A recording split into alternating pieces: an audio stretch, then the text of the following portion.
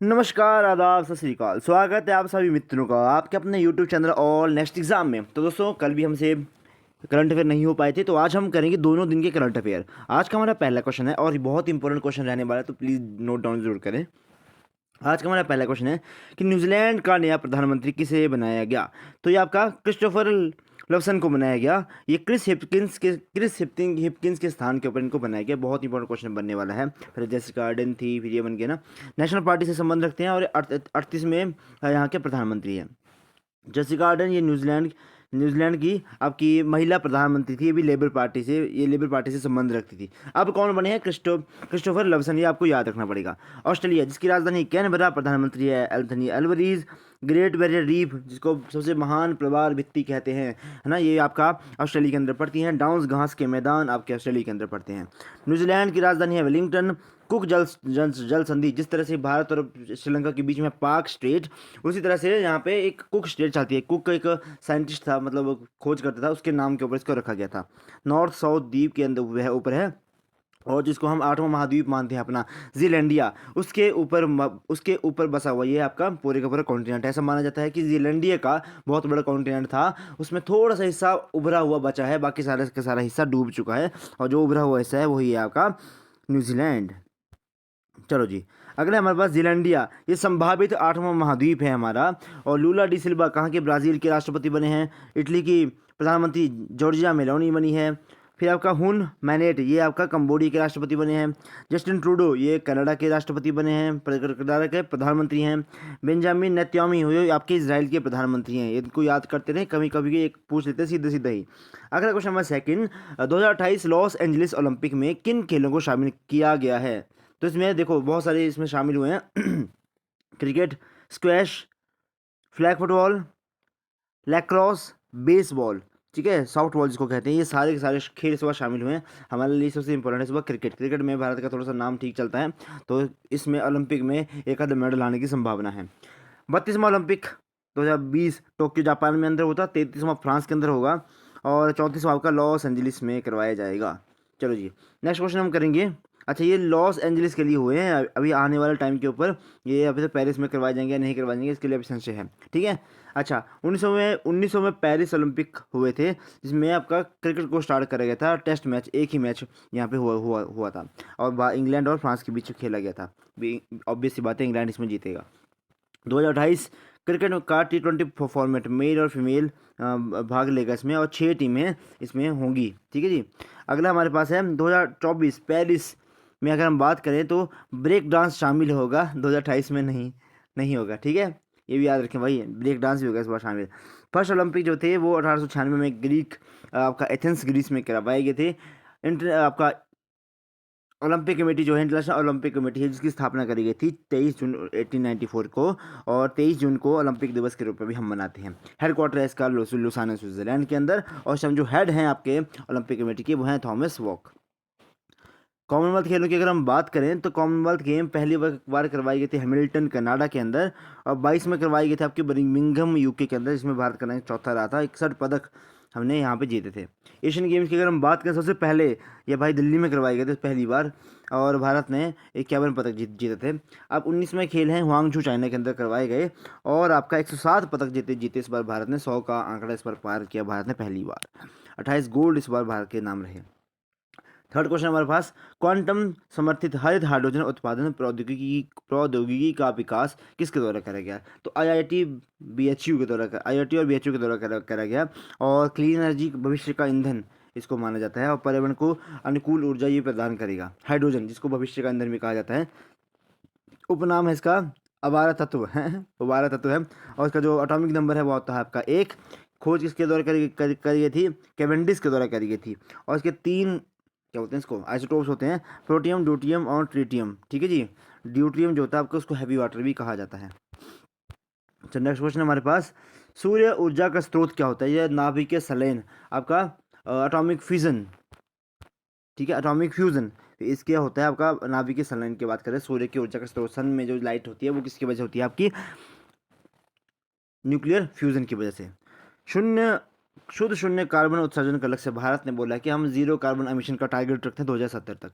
COP 27 शर्म अल शेख में करवाया गया था 2028, COP28 आपका मिस्र में करवाया गया। अगला क्वेश्चन है हमारा चौथा, ग्लोबल मैरीटाइम इंडिया शिखर सम्मेलन 2023 का तीसरा संस्करण कहाँ पर प्रारंभ होगा? तो मुंबई के अंदर। पहला भी और सेकंड भी यहीं पे हुआ था। देश का सबसे बड़ा सामुद्रिक कार्यक्रम इसको कहा जा सकता है। उद्देश्य क्या है? बंदरगाह निर्माण, समुद्री सुरक्षा, नवाचार और निवेश को बढ़ावा देने, सारे के सारे यहाँ के इनके लक्ष्य हैं, उद्देश्य हैं। वर्तमान में शिपिंग मिनिस्टर कौन है? सर्बानंद सोनोवाल। इसके बाद सर्बानंद क्या बोलते हैं इसको? शिपिंग मिनिस्ट्री है। कॉफी सम्मेलन बेंगलुरु के अंदर करवाया गया था, पहली बार भारत के अंदर करवाया गया था, 5वें क्रम का था। मसाला सम्मेलन 14वां मुंबई के अंदर करवाया गया था। बांध पर सुरक्षा अंतर्राष्ट्रीय सम्मेलन जयपुर राजस्थान के अंदर करवाया गया। P20 ये यशोभूमि नई दिल्ली के अंदर करवाया गया। G20 भारत मंडपम दिल्ली के अंदर करवाया गया।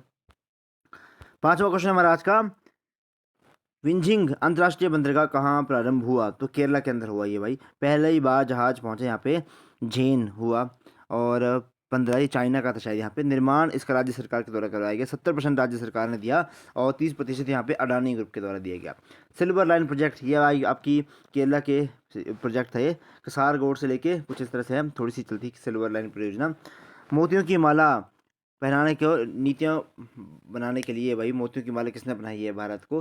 तो ये चाइना ने पढ़ाई है। मोतियों की माला ऐसे नहीं कि बड़ा सम्मान से, मतलब उस इंडिया के आसपास, मान लो कि इंडिया है ना, तो यहाँ पे इसने अपना बंदरगाह बना दिया, यहाँ पे बना दिया, यहाँ पे बना दिया, यहाँ पे बना दिया, ताकि इंडिया को घेर लिया। फिर इंडिया ने और बड़ा सा इसको घेरने की तैयारी करी है कि इसको भारत से हम और बड़े तरीके से घेर लेंगे। ठीक है। MV एम्प्रेस क्रूज ये चेन्नई से श्रीलंका पहुंचा। पंचशील समझौता ये भारत और चाइना के बीच में होता है 1954 के अंदर। हैंड इन हैंड अभ्यास होता है भारत और चाइना के बीच में। ठीक है जी। छठा क्वेश्चन हमारा आज का, भारत के बाहर डॉक्टर भीमराव अंबेडकर की सबसे ऊंची प्रतिमा स्टैचू ऑफ द इक्वलिटी का अनावरण कहाँ हुआ? तो ये आपका मेरीलैंड USA के अंदर हुआ। भारत में हैदराबाद के अंदर हुआ था और यहाँ पे USA के अंदर हुआ, याद रखें।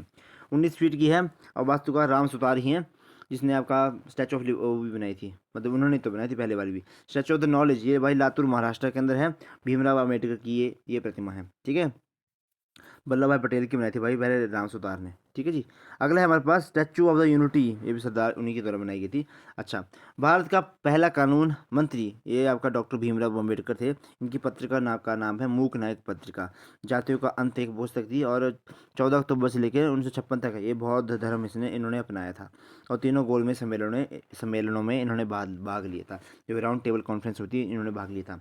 पूना पैक्ट होता महात्मा गांधी और भीमराव अम्बेडकर के बीच में, और आर्टिकल 32 को इन्होंने क्या कहा था कि संविधान की आत्मा कहा था, जो कि संवैधानिक उपचारों का अधिकार है। ठीक है जी, जो कि आपके रिट्स जारी करती हैं। विश्वास स्वरूपम ये भाई नागद्वारा राजस्थान के अंदर ये महादेव जी की बहुत बड़ी प्रतिमा बन रही है। इसको स्टैचू ऑफ ट्रस्ट के नाम से जाना जाता है। स्टैचू ऑफ द प्रोस्पेरिटी इनको याद रखें, पूछे जाते हैं। कैंपगौड़ा एयरपोर्ट बेंगलुरु के अंदर इसको स्थापित करा गया था। स्टैचू ऑफ द वननेस ये आदि शंकराचार्य की है और मध्य प्रदेश ओंकारेश्वर में ये स्थित है। अगला हमारे पास नई संसद के वास्तुकार कौन है? तो बिमल पटेल हैं। पुरानी संसद जो थे वो आपका लुटियंस के द्वारा बनाई गई थी। 7वां प्रश्न, विश्व खाद्य दिवस कब मनाया जाता है? तो 16 अक्टूबर को विश्व खाद्य दिवस मनाया जाता है। 16 अक्टूबर 1945 को FAO food and agriculture organization, जिसका हेडक्वार्टर रोम इटली के अंदर है, उसका फॉर्मेशन हुआ था। और रोम जो है आपका टाइबर नदी के किनारे बसा हुआ है। थीम क्या है इस बार की? Water is life, water is food, no one leave behind. Next question हमारे पास, विश्व पर्यावरण दिवस 2023 की थीम क्या थी? Solution of the plastic solution. विश्व योग दिवस 2023 की थीम क्या थी? वो थी आपकी वासुदेव कुटुंबकम के लिए योग। G20 2023 की क्या थी? वसुदेव कुटुंबकम और one earth one family and one future. अगला है हमारा 8वां प्रश्न, केंद्र सरकार ने लाइफस्टाइल फॉर इन्वायरमेंट के तहत कौन सी योजना प्रारंभ करी? तो ये आपका ग्रीन कैलेंडर प्रोग्राम और इको मार्क योजना इनके द्वारा प्रारंभ करी गई। किसके द्वारा? पर्यावरण मंत्रालय के द्वारा, जिसके मंत्री है डॉक्टर भूपेंद्र सिंह यादव, इनके द्वारा करी गई थी। ठीक है जी। पर्यावरण अनुकूलता, इसके उत्पाद का डिजाइन, इसी तरह से इसके लिए इनके द्वारा करी गई। पर्यावरण हेतु आपका स्वैच्छिक कार्य यानी कि जल को बचाना, वन की संरक्षण करना, ये सारे इसके कार्यक्रम हैं। PM प्रणाम योजना ये भूमि प्रदूषण से संबंधित है। मिष्टी योजना मैंग्रोव वनस्पति से संबंधित है। अमृत वृक्ष आंदोलन यह असम का है। और यूरिया गोल्ड ये आपका राजस्थान सीकर में इसका हुआ, सल्फर से की कमी को दूर करेगा ये वाला यूरिया। ठीक है जी। PM विश्वकर्मा ये बुनकरों के लिए इस बार स्टार्ट करी गई स्कीम थी। 9वां प्रश्न हमारा आज का, इसरो और विज्ञान भारती ने स्पेस ऑफ व्हील्स कार्यक्रम कहाँ से प्रारंभ करा? तो अरुणाचल प्रदेश से स्टार्ट करा इसको। और स्टूडेंट स्पेस प्रोग्राम ये उपग्रह की जानकारी देगा। इसरो, जिसकी फॉर्मेशन 15 अगस्त 1969 को हुई थी, हेडक्वार्टर इसका बेंगलुरु के अंदर है। युविका कार्यक्रम भी आपका इसरो का ही है। PSLV C-54 के द्वारा भूटान के उपग्रह 26 छोड़े हमने। 55 के द्वारा सिंगापुर के, 56 के द्वारा हमने सिंगापुर के DSR उपग्रह छोड़े। PSLV C-57 से हमने आदित्य L1 मिशन जो है छोड़ा था। GSLV 1-2 इसके हमने नेविगेशन सैटेलाइट 01 छोड़ा। LBM Mark 3 M4 इसमें हमने चंद्रयान 3 को छोड़ा। SSLV D2 SSLV की ये पहली सफल उड़ान थी, जिसके द्वारा हमने आजादी सेट और EOS 07 को हमने प्रक्षेपित करा। लास्ट क्वेश्चन हमारा आज का, दिवंगत हुए MS गिल मनोहर सिंह गिल कौन थे? ये आपके मुख्य चुनाव आयुक्त हुआ करते थे 1996 से लेकर 2001 तक। इनको पद्म विभूषण से भी सम्मानित कर चुका है। वर्तमान में आपके मुख्य न्यायाधीश कौन है? DY चंद्रचूड़, जो कि आपके 50वें नंबर के चीफ आयुक्त हैं, मुख्य न्यायाधीश हैं, सॉरी। मुख्य सूचना आयुक्त हैं आपके यशवर्धन सिंह कुमार सिन्हा। CBC हैं प्रवीण कुमार श्रीवास्तव। पहले निर्वाचन आयुक्त थे आपके शिव कुमार सेन। पहली महिला कौन बनी थी? रमा देवी बनी थी। वर्तमान में चुनाव आयुक्त हैं आपके राजीव कुमार। और CBI के निदेशक हैं प्रवीण सूद। और वर्तमान में कैबिनेट सचिव हैं आपके राजीव गाबा। कैबिनेट सचिव कौन होता है? जो सबसे बड़ा IAS में भी सबसे बड़ा होता है वो होता है कैबिनेट सचिव, वो आपका राजीव गाबा। तो ये थे आज के हमारे महत्वपूर्ण प्रश्न। आई होप आपने इनको नोट करा होगा। तो प्लीज़ वीडियो को लाइक करें, शेयर करें, और जो चैनल पे फर्स्ट टाइम आए प्लीज़ चैनल को सब्सक्राइब करें। और इसकी PDF आपको मेरे व्हाट्सएप ग्रुप्स या फिर टेलीग्राम पे मिल जाएगी। धन्यवाद। जय हिंद, जय हिमाचल।